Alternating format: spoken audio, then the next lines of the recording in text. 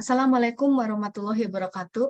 Perkenalkan, nama saya Diana Puspitasari. Saya dosen dari Universitas Jenderal Sudirman Purwokerto dengan prodi Sastra Jepang. Untuk mata kuliah yang saya ampu adalah mata kuliah Nihon Jijo. Mata kuliah Nihon Jijo adalah merupakan mata kuliah wajib untuk semester 1 dengan bobot 2 SKS. Adapun CPMK untuk mata kuliah Nihon Jijo adalah mahasiswa mampu untuk mendeskripsikan, berargumentasi, dan menyimpulkan pengetahuan dan fenomena tentang seluk-beluk negara Jepang yang meliputi budayanya, alam, pemerintahan, penerapan teknologi, dan juga ekonomi. Sedangkan metode untuk pembelajaran Nihon Jijo adalah diskusi dengan tanya jawab. Untuk pembelajaran Nihon Jijo ini menggunakan sistem kuliah tatap muka secara online atau secara daring. Di sini kami menggunakan laman Eldiru, di mana semua materi dan semua tugas-tugas mahasiswa sudah ada di dalam laman Eldiru.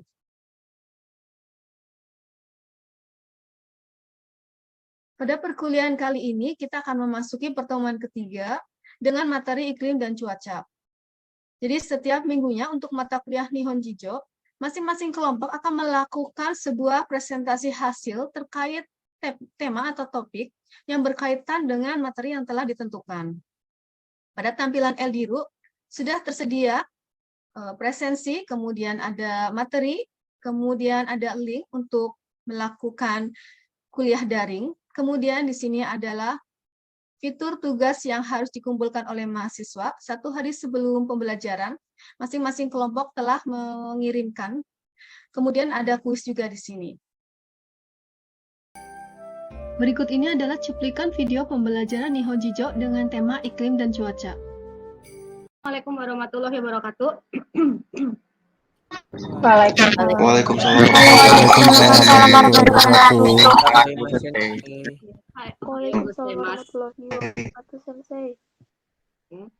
Ya, 今日発表のグループはグループ3とグループ4ですね。34ya. 34 ya. Kiko ya. Kiko to tenki ですね。Kiko to tenki. Iklim cuaca ya. Oke, grup San, Wak. Tadi Teresa apa ya? Teresa ya? Iya, Sensei. Teresa ya, kelompok 3 ya? Iya. Iya, oke. Hai. Doso, hapyo shite kudasai. Silakan, Teresa. Untuk yang lainnya, siapkan pertanyaan nanti ya. Setelah mau selesai, kemudian silakan di kolom ya, di kolom chat. Oke, silakan. Negara Jepang adalah negara kepulauan yang dikelilingi oleh lautan dan terdiri dari 4 pulau besar, yaitu Hokkaido, Honshu, Shikoku, dan Kyushu, serta banyak pulau kecil lainnya. Variasi iklim di Jepang tersebar luas ke daerah-daerahnya. Kemudian terdapat 4 musim yang ada di Jepang, yaitu musim semi haru, musim panas natsu, musim gugur aki, dan musim dingin buyu. Kemudian, kenapa di Jepang bisa ada 4 musim? Jepang adalah negara yang berada di wilayah belahan bumi utara yang jauh dari khatulistiwa. Musim panas di Jepang berlangsung dari akhir Mei atau awal September. Namun musim panas di Jepang ini tidak langsung disinari oleh panas matahari yang terik, tetapi diawali dengan hujan yang lebat. Sebab itu masyarakat Jepang juga menyebut musim panas sebagai musim hujan. Musim hujan ini disebut suyu, biasanya berlangsung selama 4-7 minggu di seluruh penjuru Jepang, kecuali Hokkaido. Nah, ini merupakan peta suhu panas di Jepang. Peta ini diambil tahun 2020, jadi masih data terbaru. Bisa kita lihat terdapat pula klasifikasi antara rentang suhunya. Warna jingga itu dari 20 hingga 25 derajat Celcius, warna merah untuk 25 hingga 30 derajat Celcius, kemudian merah tua untuk 30 hingga 35 derajat Celcius, dan warna ungu untuk suhu di atas 35 derajat Celcius. Tolong di next. Nah, yang selanjutnya ada memecahkan semangka atau suikawari. Untuk asal-usul permainan ini, ada teori yang mengatakan kalau Suikawari ini bentuk latihan Ianuki atau jurus pedang yang dilakukan samurai dengan cara menebas sasaran secara cepat dan tepat.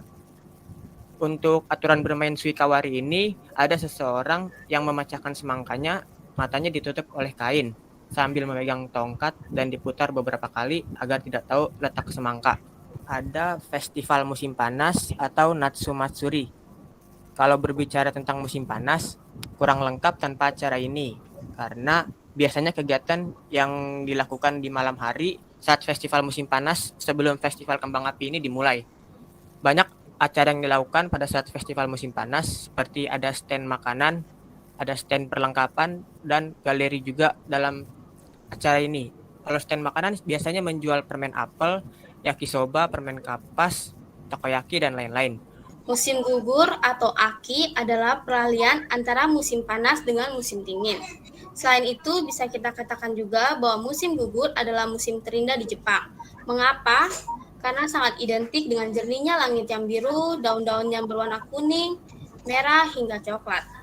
Musim gugur biasanya mengacu pada periode dari bulan September hingga November.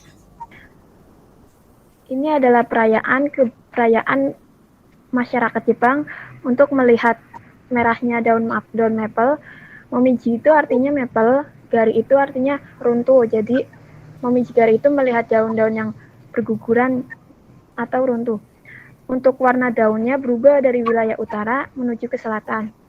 Pohon yang lebih cepat berubah itu warnanya biasanya berada di dataran tinggi, sehingga momiji gari ini tergantung wilayah, antara wilayah satu dengan yang lainnya. Tergantung tempat juga dan tergantung suhu juga pada tahun itu.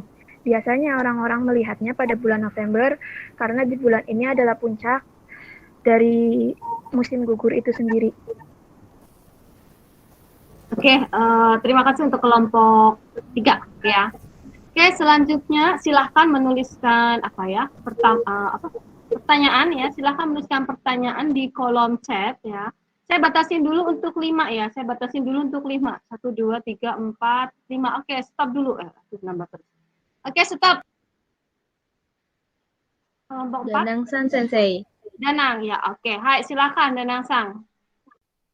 Musim dingin di negara Jepang sendiri berlangsung pada bulan Desember sampai bulan Februari.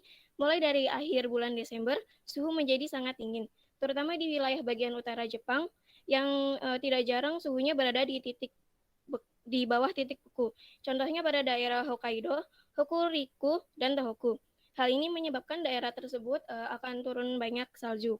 Sedangkan di bagian selatan negara Jepang, seperti di Okinawa, di situ suhunya memiliki cuaca yang lebih cerah, dingin, dan di situ jarang turun salju. Lalu pada musim dingin ini, suhu di negara Jepang dapat berubah setiap bulan dan mempunyai perbedaan suhu di siang dan malam harinya. Biasanya pada bulan Desember, suhu pada siang mencapai 12 derajat Celcius. Pada malam hari, 5 derajat Celcius. Sedangkan pada bulan Januari dan Februari, berada di kisaran 10 derajat Celcius di siang hari dan 2-3 derajat Celcius di malam harinya. Nah, ini salah satu festival musim dingin yang ada di Jepang yang bernama Winter Illumination Festival. Musim semi umumnya dimulai pada bulan Maret sampai pada bulan Mei yang diikuti oleh mekarnya bunga sakura, sehingga menjadikannya bunga sakura itu sendiri sebagai simbol dari musim semi. Saya ingin menjawab pertanyaan dari Rani Tri Sulistiowati. Ya, silakan. Di mana wilayah yang rawan banjir di Jepang dan bagaimana cara pemerintah Jepang menanganinya? Wilayah yang paling rawan banjir di Jepang itu Tokyo. Cara Jepang menanganinya itu Jepang membuat perencanaan proyek mengatasi banjir. Proyek itu dikenal dengan saluran pembuangan bawah tanah kawasan metropolitan. Sudah Sensei. Apakah sudah jelas, Rani? Mana Rani? Rani? Baik, sudah jelas. Terima kasih. Oke ya, jadi ada pernah saya lihat berita sama videonya ya, jadi lorong-lorong bawah tanahnya Jepang itu ternyata diameternya tuh gede-gede banget gitu ya. Beda dengan yang kita ya kadang ada yang gede ada yang kecil gitu ya. Tapi kalau yang di sana memang pernah lihat itu memang ya besar, memang gede-gede. Jadi benar-benar air kalau saluran airnya tuh ibaratnya air masuk itu enak gitu ya. Ya tata kelolanya memang tata kotanya ternyata udah bagus. Dan satu lagi gorong-gorongnya kita kalaupun dibikin lebar itu juga nanti kebanyakan ketumpuk sampah ya. Kita ada ini kalau ditarik lebih jauh memang kembali ke perilaku dari masyarakatnya ya kalian sudah tahu sendiri ya terkenalnya Jepang seperti apa ya. Walaupun di sini tidak mengagungkan Jepang enggak, karena Jepang di sisi negatifnya saya pikir juga banyak gitu loh. Tapi memang kebetulan yang ada sisi bagusnya yang sebenarnya bikin juga berbeda dalam menata kota itu ya. Oke, next silahkan Rani sudah selanjutnya. Oke ya. Ini kalau kita mengatakan suhu secara astronomis, ya betul seperti yang tadi dipaparkan. Tapi kalau kita mau mengarah suhu dalam konteks dengan pemanasan global itu beda lagi ya. Jadi ini yang mau ditanyakan yang mana? Karena kalau ngomong pemanasan global bukan cuma Jepang ya, tapi kita semua ikut mengalami ya. Nah, kalau ngomong pemanasan global, apakah itu hanya karena alam? Nah, tapi ternyata alam itu berubah karena ada faktor X lagi gitu. Salah satunya adalah ya tahu sendiri kebiasaan kita ya, pola hidup kita, tingkah laku kita dalam kita sehari-hari kita tuh ngapain, apa yang kita konsumsi, sehingga mendorong pengetahuan ya, IPEX gitu, mendorong dengan industri-industri yang kemudian secara tidak langsung juga penyebab salah satu pemanasan global juga. Nah, jadi ini kalau mau mengarah ke astronomi secara geografi ya, tapi kalau ternyata bertanyanya dalam konteks faktor X, yang mengarah ke pemanasan global, berarti memang ada faktor yang X. Kurang lebih seperti itu, Ilham. Paham ya, Ilham? Hai, Sensei. Ya, mengarahnya ke ekonomi. Nah, nanti di materi agama dan kepercayaan kalian akan tahu kenapa orang Jepang tuh ada perayaan apa ikut. Nah, karena memang ada konsep yang berbeda dalam kata merayakan dan menyambut itu akan berbeda nantinya. Nanti di pertemuan ke agama dan religi. Ya, kurang lebihnya sepertinya saya sudah cukup menambahkan. Terima kasih untuk hari ini. Kemudian Reisuno topik hasil bumi ya. Berarti ini ada 3 kelompok ya. Oke, minasan kokomade warimashita. Arigatou gozaimashita. Assalamualaikum warahmatullahi wabarakatuh. Waalaikumsalam warahmatullahi